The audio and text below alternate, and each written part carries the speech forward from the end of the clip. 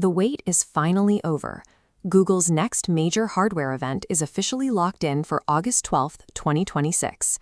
We expect 4 devices on that stage: the standard Pixel 11, the Pro XL, and the slightly delayed Pro Fold. But there is a hurdle for anyone planning to upgrade.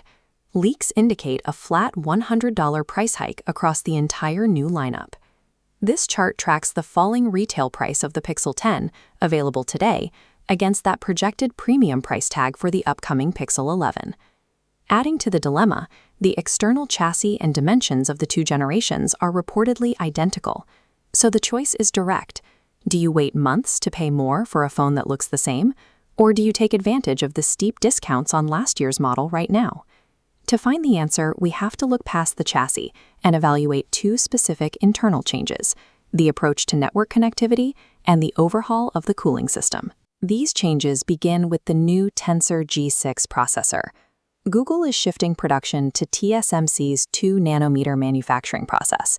This 2-nanometer node allows for denser transistor packing, which reduces heat output and extends battery efficiency during sustained daily use. Beyond the processor, Google is addressing the most persistent complaint in the series by finally abandoning the Samsung Exynos modem. In its place, the Pixel 11 will debut the MediaTek M90 modem.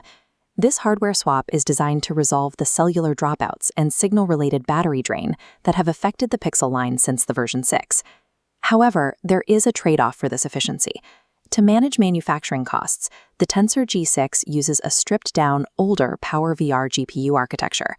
As a result, raw mobile gaming performance is expected to remain significantly behind competitors using the latest Snapdragon silicon. This architecture prioritizes foundational reliability over peak benchmark scores, aiming to solve long-standing stability issues rather than chasing gaming power. On the exterior, Google is removing the temperature sensor from the Pro models. It's being replaced by Pixel Glow, a programmable RGB notification array embedded directly into the camera bar. This provides visual alerts when the phone is face down and acts as a status indicator for the Gemini AI. The more significant hardware shift is inside the camera housing, where all 3 rear sensors are receiving their first major update in years. These new sensors, codenamed chemosh, bastet, and barghest, are Google's attempt to reclaim the photography lead through updated optics and light sensitivity. Notably, Project Toscana, the rumored under-display Face ID system, is confirmed to be missing from this release cycle. This means while the image quality should see a measurable leap, the physical design and security features remain in a holding pattern. This chart maps that $100 price increase across all 4 tiers of the new lineup.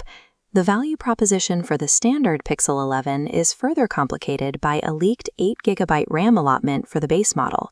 Starting a flagship phone in 2026 with 8GB of RAM creates a potential bottleneck for multitasking and background AI tasks.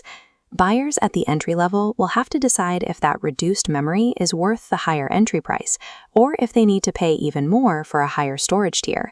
This puts the burden on the new TSMC chip to prove that its efficiency gains are worth this increased cost of entry. To decide if you should wait, we have to look at the flowchart, and it all starts with the phone currently in your pocket. First, the legacy user, currently holding a Pixel 6, 7, or 8. For this group, the advice is to wait. Skipping 3 generations to reach the MediaTek modem and 2-nanometer efficiency provides a measurable boost in signal stability and thermal headroom over current hardware. Next are the switchers. If you are looking to move over from an iPhone or a Galaxy device, you should also wait. The Pixel 11 represents Google's most stable and refined first impression yet. If you are a value seeker who needs a phone today, or you are on a strict budget, buy the discounted Pixel 10 now. These incremental updates don't justify 4 months of waiting, especially since the 10 is supported through 2032. Finally, if you already own a Pixel 10, skip this generation entirely. The Pixel 11 is essentially the foundational repair the series has needed. It's a necessary upgrade if you are struggling with old hardware, but it is an easy skip if you are already on a recent model.